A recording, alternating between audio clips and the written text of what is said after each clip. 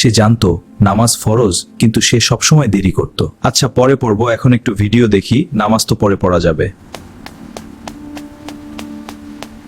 বাবা, আজানের পর এত দেরি করিস না, নামাজটা আগে পড়ে নে, জীবন তো অনিশ্চিত। মা, চিন্তা করো না, আমি পরে পড়ে নিব, এখন একটু কাজ আছে।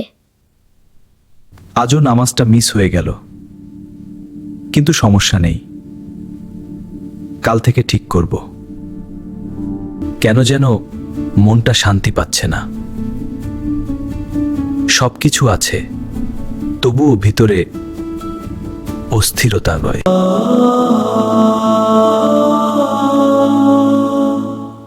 কিন্তু সে শুনেও উঠল না। এটা কোথায়? আমি তো আমার রুমে ছিলাম, এখানে এত অন্ধকার কেন?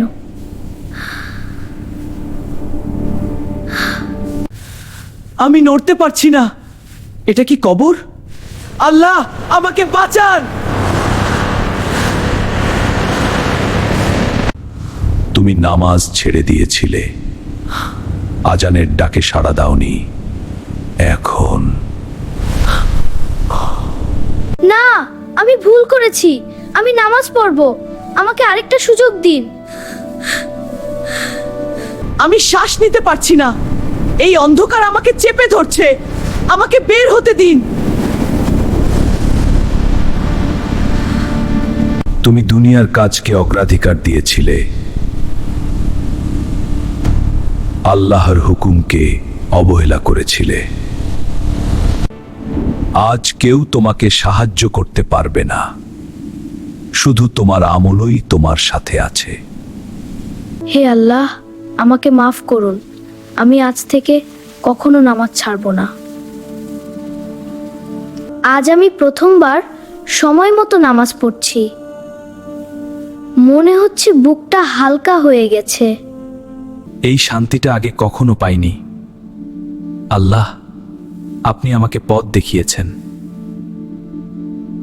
যে নামাজ পড়ে না সে অনেক কিছু হারায়, শুধু আখিরাত না, দুনিয়াতেও। আজানের ডাকে সাড়া দিন, কারণ আপনি জানেন না এটা আপনার শেষ ডাক কিনা। একটা সিজদা আপনাকে জাহান্নাম থেকে বাঁচাতে পারে।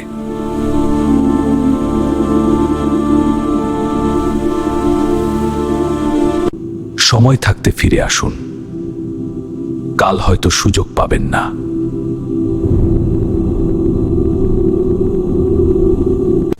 আল্লাহ সব সময় অপেক্ষা করেন বান্দা কখন ফিরে আসবে।